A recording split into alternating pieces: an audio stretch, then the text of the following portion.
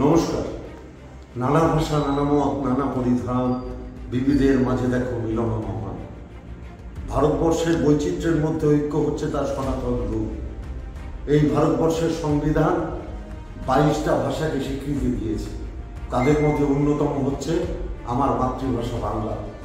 এই বাংলাতেই লেখা হয়েছিল জনগণ মন, এই বাংলাতেই লেখা হয়েছিল বন্দে মাতরম, এই বাংলাতেই স্লোগান উঠেছিল জয় হিন্দ। এই বাংলার মুখে রবীন্দ্র নজরুল, মাতঙ্গিনী হাজরা, নেতাজি সুভাষচন্দ্র বোস বাংলা তথা ভারতবর্ষের মুখ উজ্জ্বল করেছিলেন। এই বাংলাই পেয়েছে প্রথম নোবেল পুরস্কার, এই বাংলাই পেয়েছে প্রথম অস্কার প্রাইজ। সেই বাংলা ভাষায় কথা বললে আজকে বাংলাদেশে তকমা দিয়ে দেওয়া হচ্ছে।